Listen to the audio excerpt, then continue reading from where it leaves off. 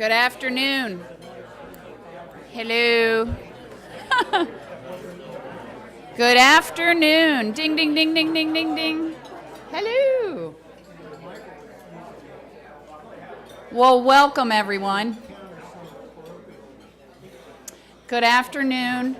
Welcome to this sold-out event. My name is Christine Walters, and I am your chair of the board for the Carroll County Chamber of Commerce for 2012. I want to thank you all for coming today. I want to thank Maggie's for hosting the event and providing today's wonderful lunch. Today is our annual Carroll County Budget Luncheon, and shortly you'll hear from Mr. Ted Zaleski, the Director of Management and Budget for Carroll County. Ted has graciously been providing informative insights into the county budget for the chamber members for years, and we look forward to hearing more from him this afternoon. I want to thank the Community Media Center. They're filming today's event, and it's streaming live. It will also be available for viewing this evening as well. Allow me to introduce our two sponsors for today's event. They'll be speaking and sharing some comments. Please do stand and be recognized. Harriet Gillen. Harriet's a partner with Rager, Lehman, and Houck.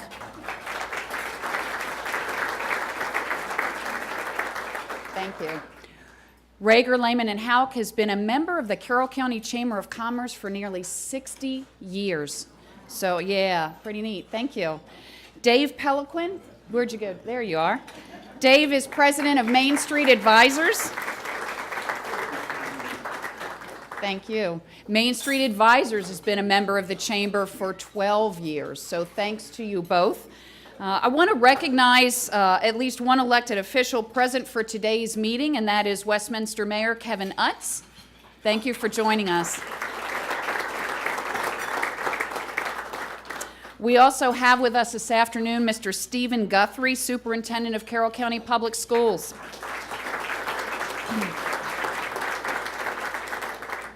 And we would be remiss if we did not welcome and introduce and thank our past chairman of the board. Immediate past chair Steve Aquino. He's at the kids' table in the back. Brenda Fisher, Carroll Community Bank. Mike Schenk of M&T Bank. Where'd you go, Mike? There you are. Dave Bollinger, Barnes Bollinger Insurance Services. Jim Mayola, McDaniel College. And Dr. Faye Papalardo, who I think may not be with us this afternoon, but thanks to her for her past service. I'd now like to introduce each of the 20-plus members of the current Board of Directors. Are you nervous? That was a joke. I'm not going to introduce each of the 20. But if you are a current member, Mike's like, no. If you are a current member of the board with the Carroll County Chamber of Commerce, if you would please stand and be recognized. Thanks for all that you do.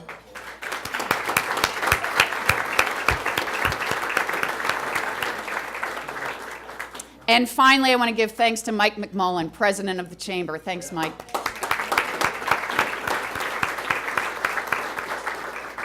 You know, one of the ways our members can support the work of the Chamber and support their own business is through corporate sponsorship programs. When your business sponsors a breakfast, a luncheon, or a special event, you are supporting a wide array of programs and services that benefit all members.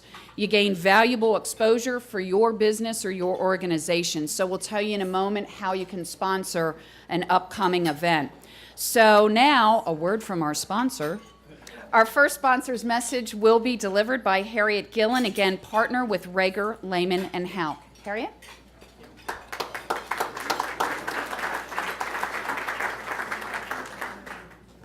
Thank you, Christine.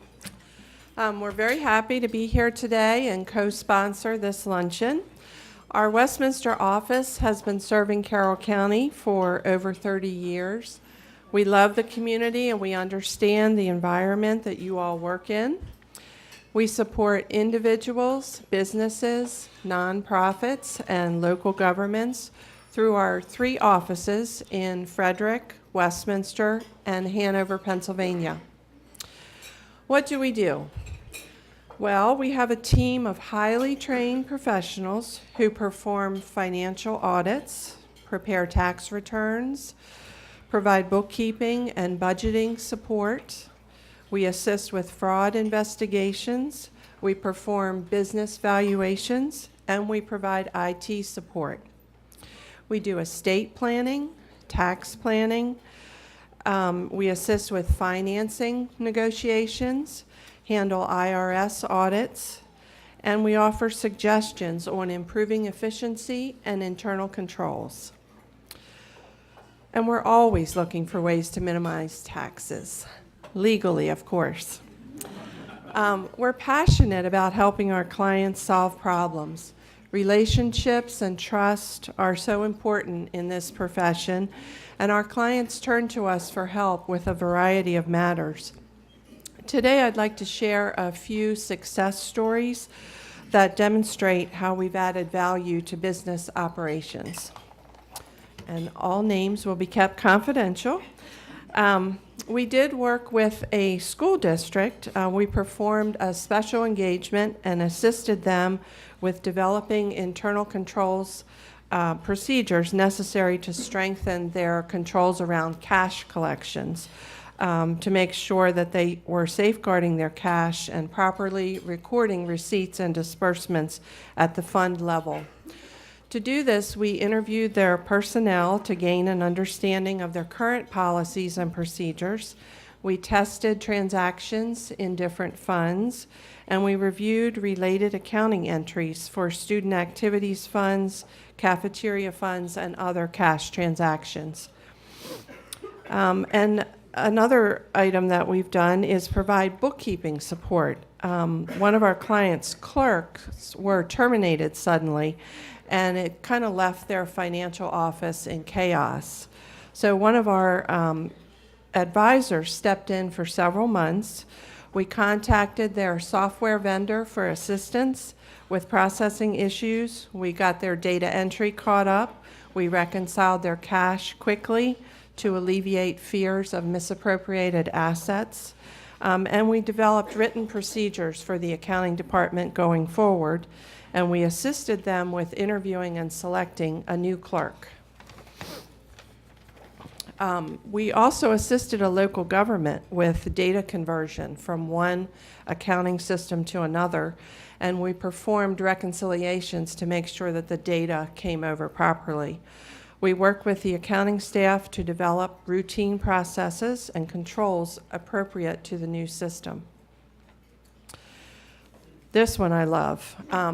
At the end of an audit, we always offer comments and suggestions for improvement, and we made a recommendation to a local government that their backup procedures regarding their data and their computer software was not sufficient. They weren't having backups that were stored off-site. They weren't making regular backups, and we strongly recommended that they develop a formal disaster recovery plan and follow it regularly. And they did implement our recommendation for off-site backup services just in time. Shortly after that, 2 of their main hard drives on their servers failed, and they lost substantially all of their local data. They were able to access their off-site backups from the prior evening within minutes, and there was no loss of operational time or information. We had a local business owner that unfortunately suspected that he may have been a victim of embezzlement. His revenue numbers just didn't seem right. They seemed too low. So our certified fraud examiner, which would be me, came in, and we applied analytical procedures to review their billing reports, their bank statements, their accounting records for several years. And ultimately, his bookkeeper was arrested for embezzling thousands of dollars, and he was able to recover funds through his bond. And then we performed some consulting services with a local contractor who was having trouble getting bonded with his local bonding company. His reviewed financial statements had been prepared by another firm. We took a look at them. We corrected numerous errors. We reissued the statements, and the contractor was able to obtain increased bonding, therefore bid on larger jobs and increase his earning potential. And then we also work with a local nonprofit who had limited resources. Their main computer went down, and that was the computer that they used for all of their accounting processes, including payroll. We quickly showed up with a loaner system from our office. They restored their QuickBooks data on that computer, and their payroll checks went out on time. And finally, we performed a complimentary review of a proprietor's tax returns that had been prepared by someone else, and we found a significant error that, when it was corrected, resulted in a $70,000 combined refund. So thank you again for joining us today. It's always a pleasure to hear Ted Zaleski and his budget presentation. Thank you.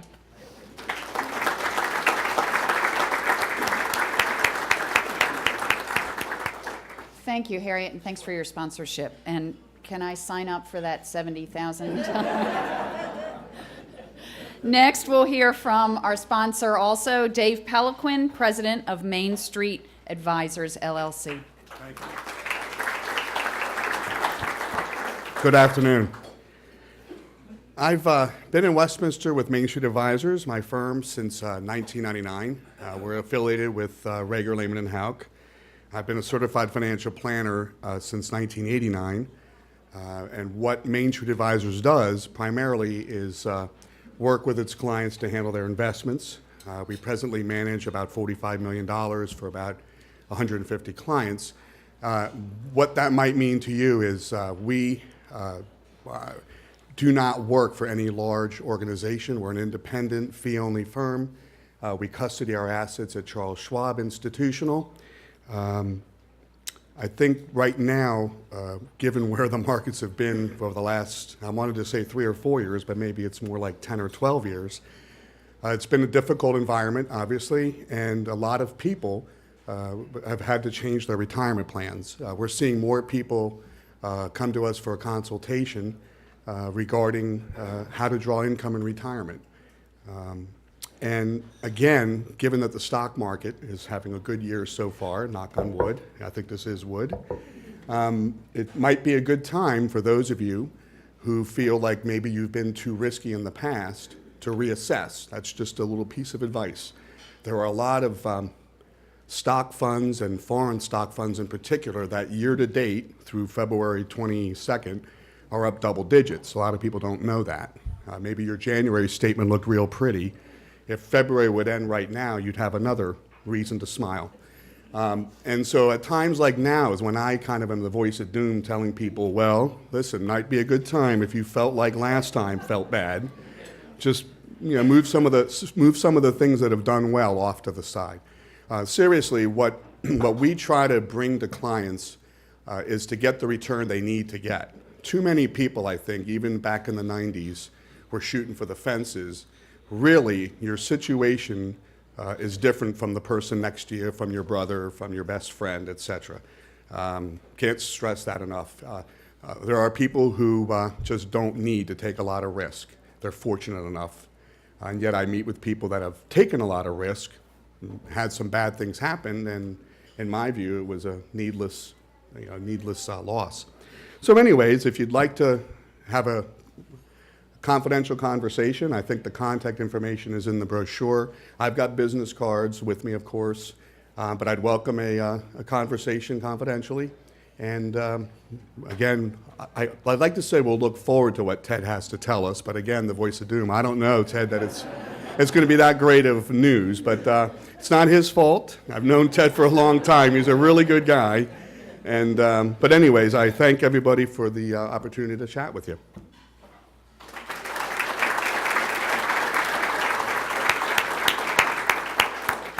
Thank you again to our sponsors.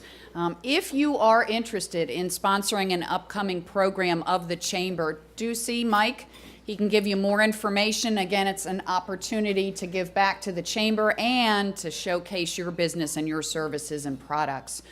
Couple of quick housekeeping items. One, the old cell phone issue. If it's not on silent mode or some other similar style there, either turn it off or put it on silent if you would. Introductions. Is there anyone that I forgot to mention? Any commissioners, elected, appointed officials that are present that we may recognize? I want to make sure I did not forget anyone. Representatives thereof. And I also want to share with you at the end of Mr. Zaleski's presentation, we will have an opportunity for Q&A. So with that, let's get started with the reason we are here primarily today. And I'm sure most of you do know Ted Zaleski as Carroll County's Director of Management and Budget for the past 8 years. Ted's responsible for budgets, grants, and risk management functions. And he's also a major resource to the Chamber and to the rest of the community. Ted lives in Carroll County, just outside of Westminster.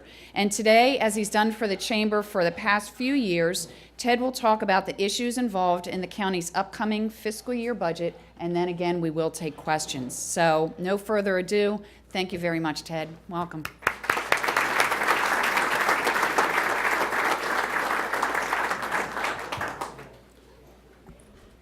There are all sorts of ways to measure your importance.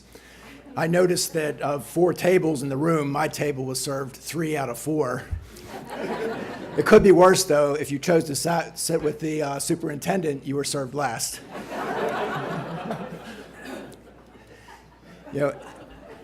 Inevitably, in the time before this, I get enough stuff to talk about that I almost don't even need a speech to come with. Dave Bollinger was pointing out the full house to me, and I told him, well, I think it's just because they got a smaller house this year. And Mike said, I want good news, only good news. So I lied to him and said, okay. And Tim League from the college told me it's all blue skies, right? And I said, okay, as long as we all put in those blue-colored contact lenses, yep, blue skies as far as you can see. But now with the regularly scheduled program. This is my 10th year of doing this. And Rager, Lehman, and Hauk have sponsored this for 6 consecutive years, Main Street Advisors now for 2. I'm not sure exactly what the reason is, but I'm assuming they have some reason to continue associating themselves with me. Now, I have actually talked during these 10 years about some good times.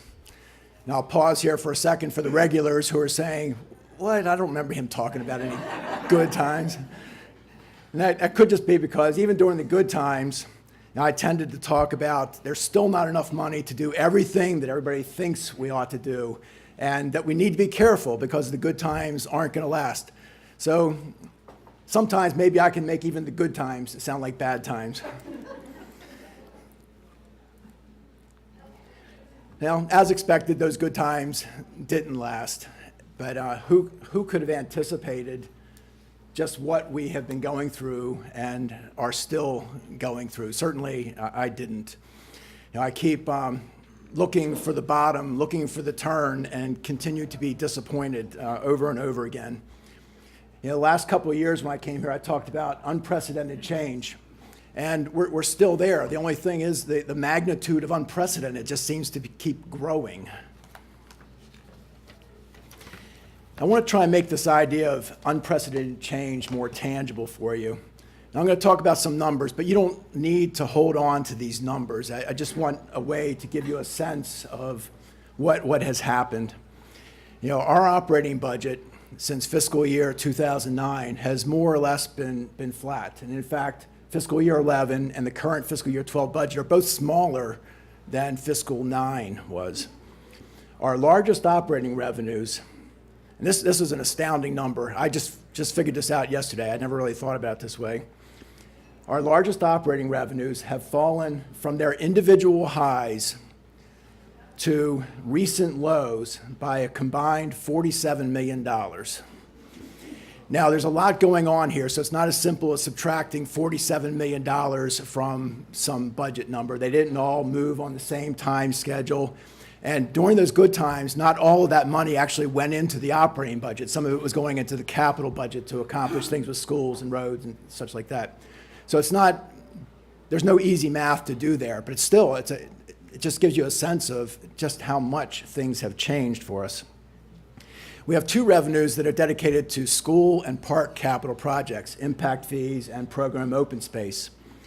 Those have fallen from their individual highs by $6 million and about $2.5 million. Our assessable base, this is the value of all the property in Carroll County. Our assessable base has fallen from about $21.5 billion to less than $19 billion. That doesn't happen. It just, we've never experienced anything like this before. Now, the way Maryland's property tax system works, in many circumstances, we're not actually taxing on the full assessable base. We're taxing on something less than that. The taxable portion of the assessable base has fallen from more than $19 billion to about $18.5 billion. And that story's not over. The last three reassessments have been negatives, approximately minus 20, minus 20, minus 17. Again, something we just have never seen before. But the next one, we believe, is going to be negative as well. We don't think it's going to be negative in the same sort of magnitude, but it's going to be a fourth consecutive negative reassessment. Almost everybody in the county now has seen their assessments drop. There might be a few exceptions, but generally speaking, assessments have gone down across the board. Now, because of the homestead tax credit, during those up years, your tax bills were not growing as quickly as your assessments. On the flip side of that, as things started falling, some of you saw your assessments go down, but you didn't see your tax bill immediately drop at the same time. But for almost everybody now, that will be the situation. Assessments go down, tax bills are going to go down right along with them. Now, for many of you, that's individually good news. You collect all that together from the county's perspective of revenue to operate on, and that's going to mean we are going to be collecting less in property tax revenue. Property tax is 60% or so of all of our revenue, and that is going to be declining. And when I say declining, I'm not talking about a slower rate of growth. I mean, we will be collecting fewer dollars tomorrow than we are today. There will be implications for providing services and facilities and infrastructure of that kind of change for us. On the capital side, where we end up with our fiscal year 13 budget, and we're just beginning the process, well, we've been working on it. The commissioners will soon be beginning on it. Fiscal year 13 budget is likely to be the smallest capital budget since fiscal year 2002. That's just in straight dollars. If we were to try and adjust that for inflation to say how much can we actually get done with that money, you would have to go back years further to find the last time that we did as little with the money as we will be able to do in this coming year. State funding is also changing. I'll come back in a minute to what the state calls state aid to local governments, but the comment I'm going to make right now is about the money that the state actually sends to the commissioners that they get to say, here's what we're going to do with the money. And that has been shrinking for decades through at least 4 governors. If we look back to the late 1980s, the county's operating budget was something like 15% funded by revenue that was coming from the state. Now, I'm not saying that that was the right arrangement or that it was wrong to change it, but I'm saying that's where we were in the late 1980s. Today, we're talking about a fraction of a percent of our budget is funded with state revenues. And that fraction isn't even, it's not like it's 0.9, it's probably more like 0.3. And essentially, the state money is gone from the county's perspective of operating. Because there's not much for the state to take away from us anymore, which has been the practice for a while. Well, we'll take that back, we'll take that back. They've now turned to what costs can we pass on? What is the state paying for today that counties will pay for tomorrow? up to now, the biggest piece of that has been roughly $1 million a year that we're paying for the State Department of Assessments and Taxation. Now, this is a state department, state employees, state supervised. We have nothing to do with it at all. But now counties are paying 90% of the cost of running that department. Again, for Carroll County, that's roughly $1 million a year. That's no longer going to be the big one. That's changing on us. Now, for some years, I've been warning about an idea that the state would eventually pass on some of the cost of what usually gets called teacher pensions to counties. And I say gets called teacher pensions because it's actually about school systems, but also about employees of the library and the community college. But the school system is by far the biggest part of it, so we'll continue to just talk about it as teacher pensions. I've been talking about this long enough that I suspect there are some people who start to say, you know, boy crying wolf kind of stuff. Well, the wolf is at the door now. And you know, I once got called wolf at the door. I was at a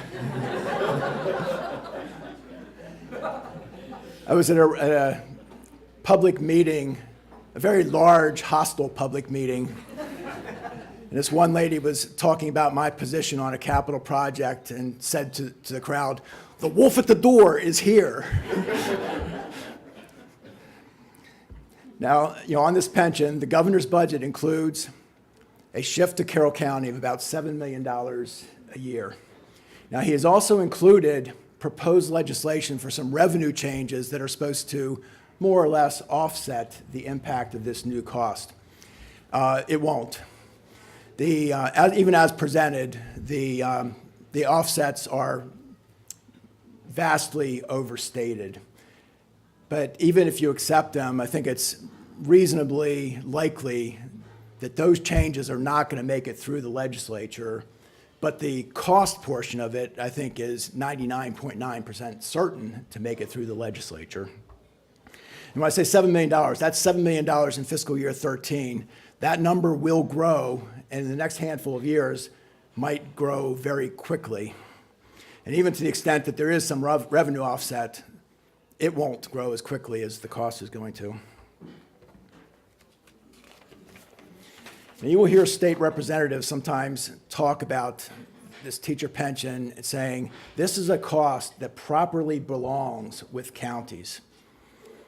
Now, I could spend this entire session just talking about this idea, but I'll restrain myself and just try and make a few points why I disagree with that assessment of the situation. You know, pension costs are basically driven by three things. The plan design, you know, what's the benefit, when do you qualify for the benefit, when can you get it, all those kind of things. The investment results and salaries. Let's look at those three things and the county's role in them. Now, the pension is run by the state. They determine the benefits. They determine how much the employer puts in, how much the employee puts in. The terms of when you get it and how much you get, all established by the state with no input from the county. And when I say no, I mean literally no input from the county. We have no role. Investments. The state, again, runs the system. They set the investment strategies. They make the investment decisions. Counties have no input into those decisions. And then the third piece was salaries. The school system, again, the biggest part of all this, the school system negotiates with their employee unions to set the salaries. The counties do not have a seat at the table in those negotiations. So you look at all the various reasons why pension costs change, and counties have absolutely nothing to do with any of them. Our only role in this is the state dictate that we provide funding to those three agencies. So any argument that this properly belongs with the state, I think is horribly flawed. Now, if you want to say, you know what, we can't make the state budget work, here's part of our solution, you're taking these costs, I mean, it's just as much trouble for us, but I would feel better about, you know, just being said, okay, this is the way it is, than making an argument that it ought to be our cost. Now, I said I was going to come back to the idea of state aid to local governments. When you go to the state budget, you'll see this category, state aid to local governments, which is not what it sounds like. At least, I don't believe so. More than 90% of that money in state aid to local governments goes to education, school systems, community college, library. And most of that, more than 90%, is about the school system. The college and the library are relatively small pieces of it.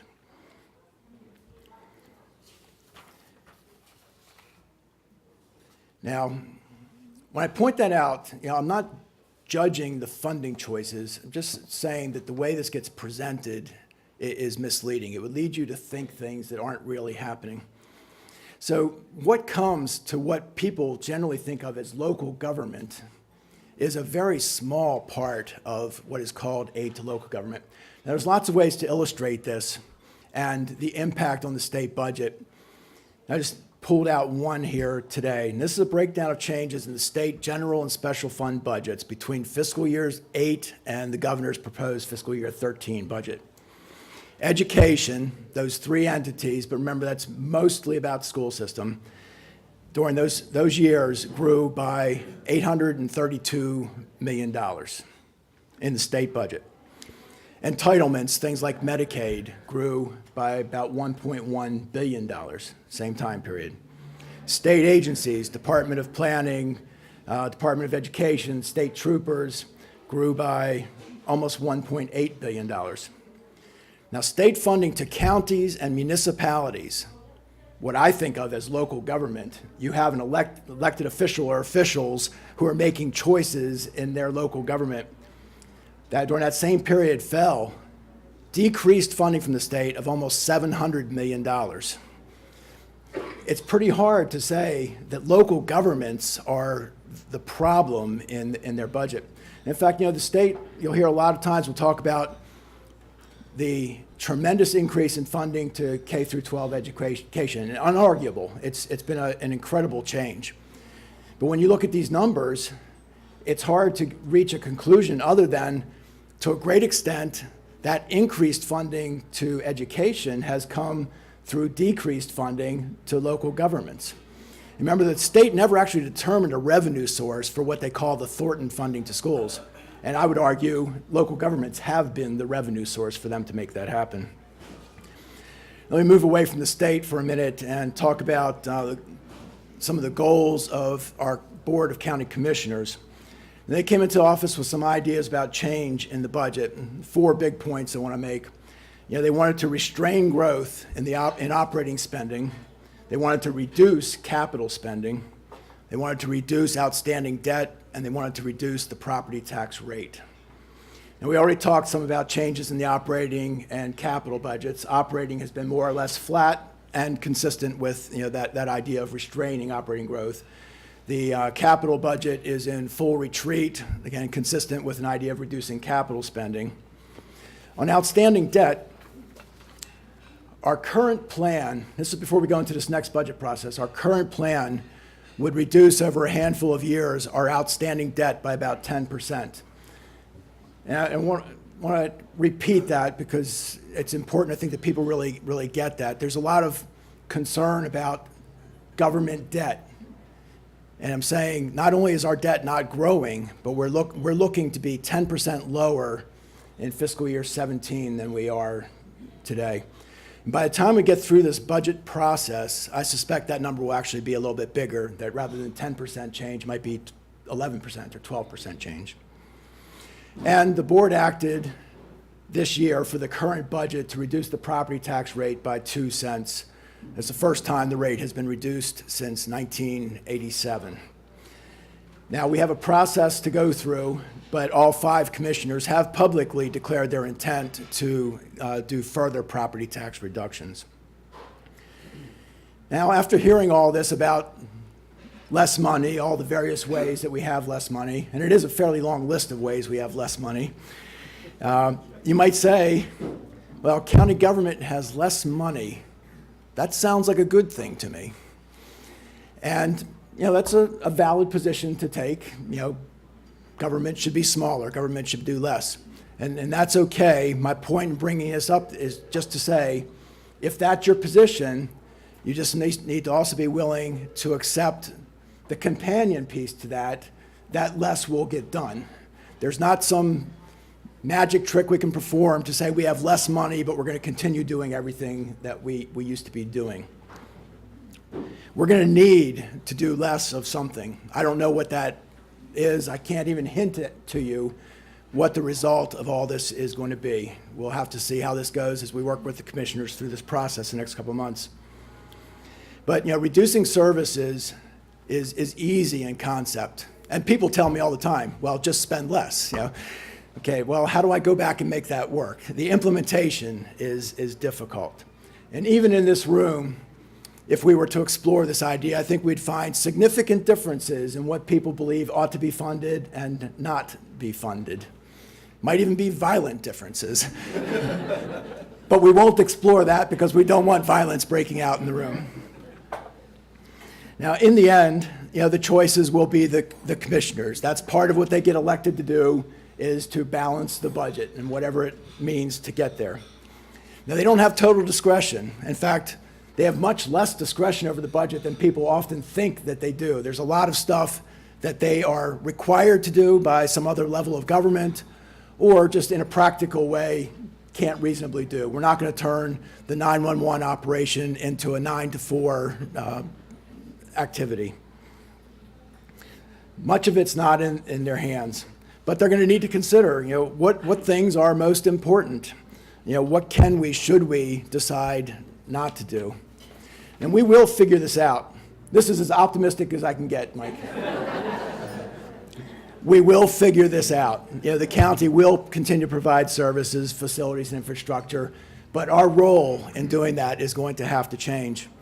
Now, as the commissioners wrestle with these ideas and these decisions, I encourage you and anybody else who might end up watching this, to share your thoughts on what should the county's role be? What do you think should be budgeted and what should be left out of the budget? And I encourage you, and again, the regulars of you have heard me say this many times, don't wait until the budget's been adopted. It doesn't do anybody any good to say, what were those idiots thinking about after the choices have been made? Now is the time. You can email the commissioners, you can write the commissioners, you can see them in public meetings. They have regular opportunity for public comment. There will be a series of meetings after the proposed budget is out in 5 different places around the county. You can show up there and make your comments. You can come to the public hearing. If you have an opinion and you want it to mean something, then you need to find one of these avenues of sharing those ideas with the commissioners. So I will stop there, and we can take whatever questions you all might have. Yes, Jim? Oh, okay, hold on a second. I want to get a mic to you. Sorry. What? Alright. I'll get some Liz. I got it. Well, you're good. You can start talking. You don't have to hold it. It's okay. Just talk. You just talk. You don't have to Okay, hold it. I just want to know what the unemployment rate is now and what you project it to be in 2013. Carroll County's unemployment rate, I think, is heading down towards 7% now. I hadn't looked at it recently. And I don't specifically make any projections of unemployment. But I guess certainly we're hoping for it to continue dropping.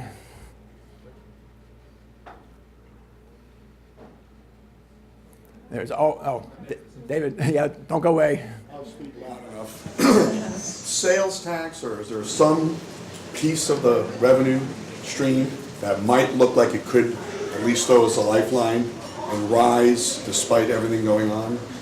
Yeah, as the economy improves, and just in case the mic didn't pick it up, the question was, what about sales tax? Is that going to throw us a lifeline? As the economy improves, sales tax is likely to be the first thing to rebound. Unfortunately, there's no tie between sales tax and Carroll County. That's a state revenue. So the only connection for us would be to the extent that that gets shared through the state's budgeting process. But as I just described to you, there's not much reason to think that that's going to happen. And that raises another important point. As the economy recovers, and there are good signs, but I think it's far from a slam dunk that, okay, things are okay now. The state's situation will improve before ours because sales tax is their biggest revenue, income tax is their second biggest revenue. For us, property tax is our biggest revenue and income tax are second. Sales tax will recover far more quickly than property tax. And with property tax, we're we are years away from getting back to something that feels like normal.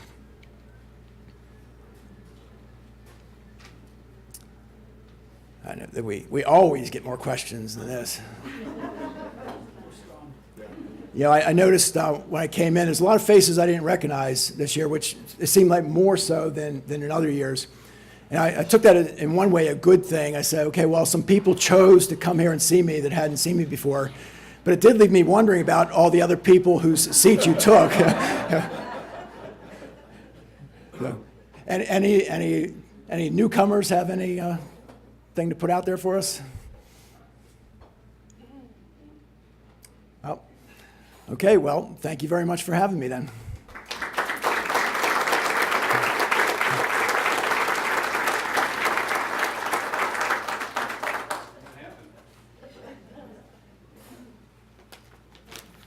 All right, well, I want to thank Ted for coming. We'll have you back. We'll have you back next year. You know, what do you guys think? This beautiful day, maybe everybody just wants to get outside in a hurry here. Want to thank Maggie's again. It's a nice place to have a meeting like this. So thank you to the wait staff that helped us. How about a round of applause for them?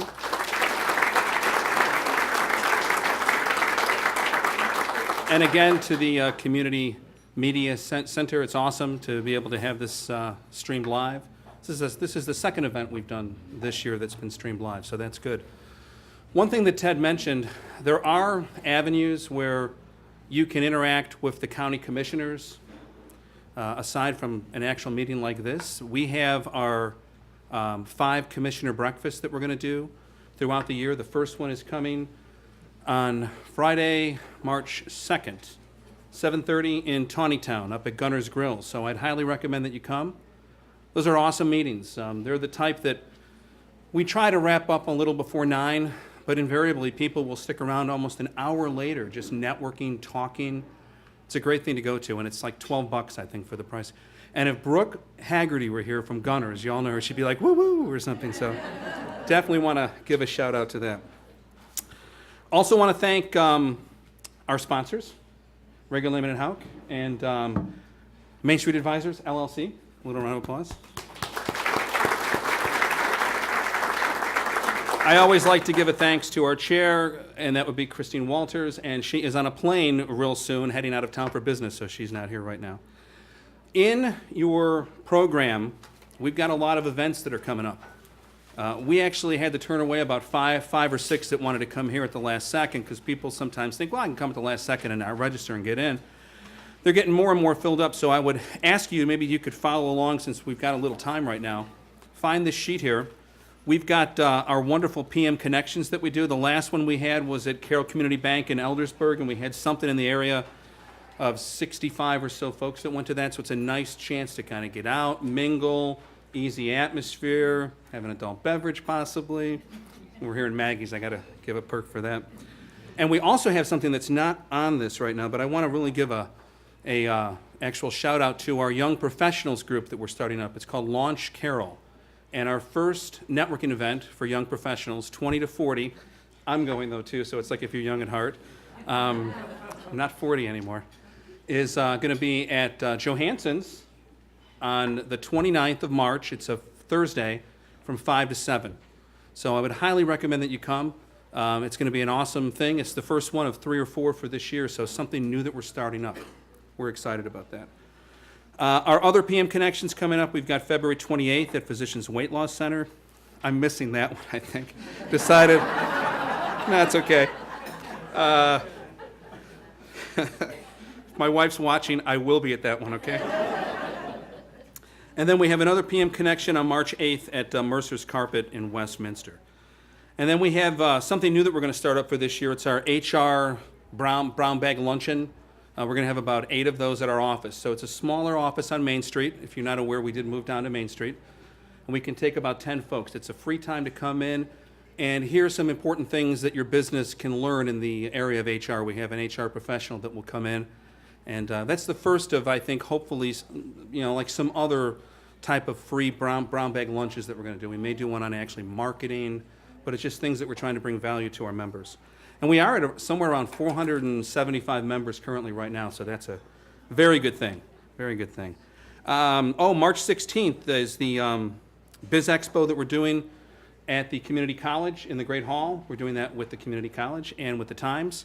And we have a speaker coming in right before there, and his name is Dr. Freeman Rabowski, president of UMBC, bringing a nice inspirational message. Highly recommend that you come to that. Again, it's like $12, and it's right before the Biz Expo, so then you can kind of go right down to the Great Hall. On March 21st, I have a flyer. We're partnering up with the county to bring Anirban Basu, the noted economist, and that's a breakfast at the Portico, I believe. If you've never heard him talk, you've got to go. If you've heard him talk, you're going to want to go. So, and you have to register with the county for that, but I've got some flyers here for you. And we have a luncheon coming up on March 22nd that we're partnering with WTTR, and it's a Think Spring theme, and we're going to have Paul Blair from the Orioles come. I think Rudy's going to be there from the actual Notre Dame Rudy theme, so have a lot of fun things. I think the Bird's going to be there, and we'll have some ballpark food, and just kind of a fun thing, because by that time we're in the middle of that whole legislative process that's going on right now up at the state level, and people need a little bit of fun, so this is going to be fun. And that's about it. We've got our outstanding teacher awards the end of the month. There's just a lot of stuff going on. Plug into some of our events.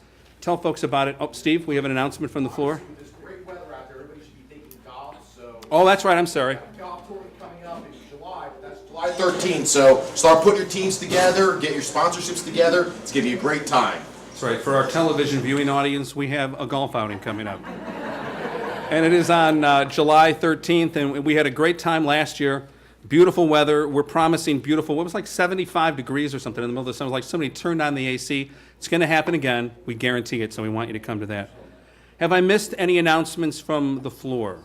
We're finishing up a little early. Do we have any brand new members that have joined like in the last month? I think we do. Is there anybody here that's brand new in the last month? Oh, Jason.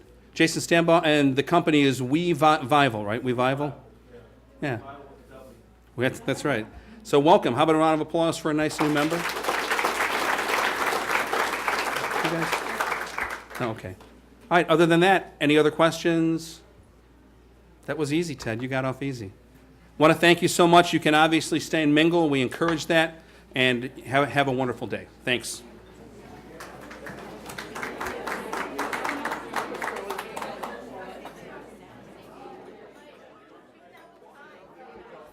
Ooh, we're going to miss it. Don't worry about it.